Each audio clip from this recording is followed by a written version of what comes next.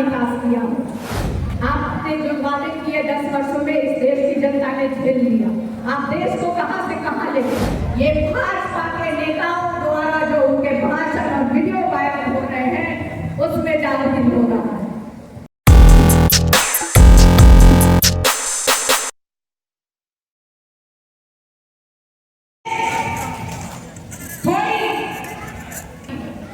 लेकिन हमारे चाचा नीतीश कुमार जी हमारे पास आए और हमने सरकार में आने के लिए सिर्फ एक ही शर्त रखा था। सिर्फ एक ही शर्त रखा था तेजस्वी ने और हमारे आदरणीय राष्ट्रीय अध्यक्ष लालू प्रसाद जी ने सिर्फ एक शर्त रखा था कि हम सरकार में तभी शामिल होंगे जो हमने वादा जनता से किया था कि हम 10 लाख सरकारी नौकरियां देंगे, तभी हम सरकार में शामिल होंगे। नीतीश कुमार जी उस पर राजी हुए। 17 महीने हमें मौका मिला। तेजस्वी ने जो इतिहास में, इस देश के इतिहास में किसी भी राज्य में नहीं हुआ, 15 लाख सरकारी नौकरी गांधी मैदान से देने का काम किया है। हमारे कथनी और करनी में कोई फर्क नहीं है। वहीं आप देखिए, ये जो 24 का चुनाव है, ये कोई आम चुनाव नहीं, ये कोई मीशा भारती का चुनाव नहीं है, ये देश का चुनाव है। इस देश को बचाने का चुनाव है। इस देश के संविधान को बचाने का चुनाव है। इस देश में आरक्षण को बचाने का चुनाव है। ये कोई विपक्ष के नेता और मीशा भारती भाजपा पे आरोप नहीं लगा रही है। ये भाजपा के नेताओं द्वारा जो उनके भाषण और वीडियो वायरल हो रहे हैं उसमें जागरूक हो रहा है। आप देखिए भाजपा के नेता क्या कर रहे हैं। हम लोग को 400 पार जानते हैं कि नहीं। अब प्रधानमंत्री नरेंद्र मोदी भी 400 पार का नारा नहीं लगा रहे हैं, क्योंकि इस देश की जनता ने, भारत की जनता ने 400 पार की हवा निकाल दी है, इसलिए आज वो 400 पार का नारा भी नहीं लगा रहे हैं। हमारे प्रधानमंत्री 75 वर्ष के हो गए, 2 बार देश में मौका दिया, 10 वर्षों में आपने देश में राज किया। क्या किया हमारे नौजवान भाइयों के लिए? एक तरफ और ये बूढ़ा प्रधानमंत्री 75 वर्ष में एक और मौका मांग रहा है। प्रधानमंत्री जी को सोचना चाहिए कि 18 वर्ष में बच्चा जाएगा वहां, देश की सेवा करेगा और जैसे ही वो 22 वर्ष का होगा उसको रिटायर करके घर भेज दिया जाएगा। और प्रधानमंत्री जी 75 वर्ष के होने जा रहे हैं और उनको तीसरा टर्म भी चाहिए।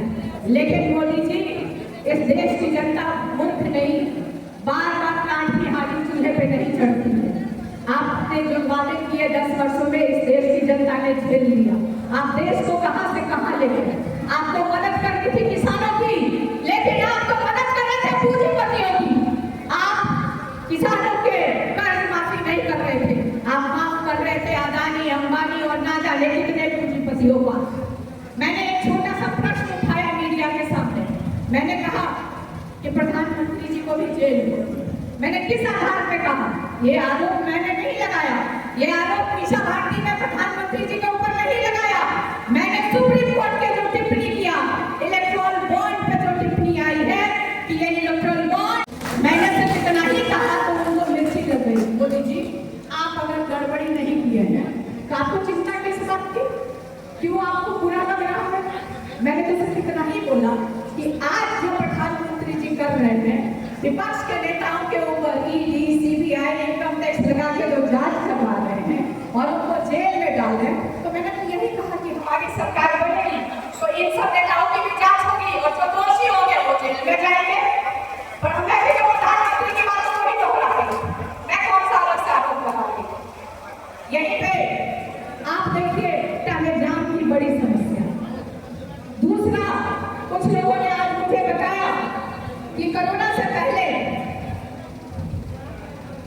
बीटा में गांधी हॉल, पटेल हॉल और पाली हॉल जो पैसेंजर ट्रेन थी वो रुकती थी, लेकिन कोरोना के बाद से अब ट्रेनें नहीं रुकती हैं। तो ये सब यहाँ की लोकल जो समस्याएं हैं उससे नहीं रुकवा पाता है।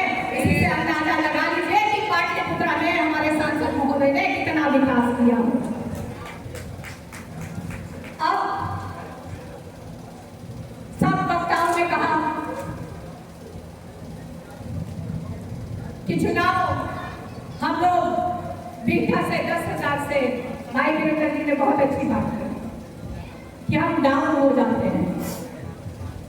और जब असेंबली के चुनाव में विधायक जी को लीडिंग मिला तो ये विचार करने का जरूरत है कि आखिर हम डाउन, ये जो कार्यकर्ता बैठक है ये कोई चुनावी भाषण नहीं है, जो आज का आयोजन है ये एक तरह से आम सभा की तरह है, लेकिन कार्यकर्ता बैठक का मेन मकसद ये होना चाहिए कि हम चुनाव कैसे जीतेंगे, हमें क्या क्या करना है। सब लोग जिसको सुझाव देना है वो अपना सुझाव रखते, तो हम लोग आते हैं चुनावी भाषण देके चले जाते हैं। चुनाव हम जब डाउन करते हैं तो कैसे करेंगे, क्या काम करना चाहिए और कैसे हम बेहतर कर सकते। सबका बहुत बहुत धन्यवाद। मेरे साथ एक नारा लगा लीजिए आप सब लोग। बीटा की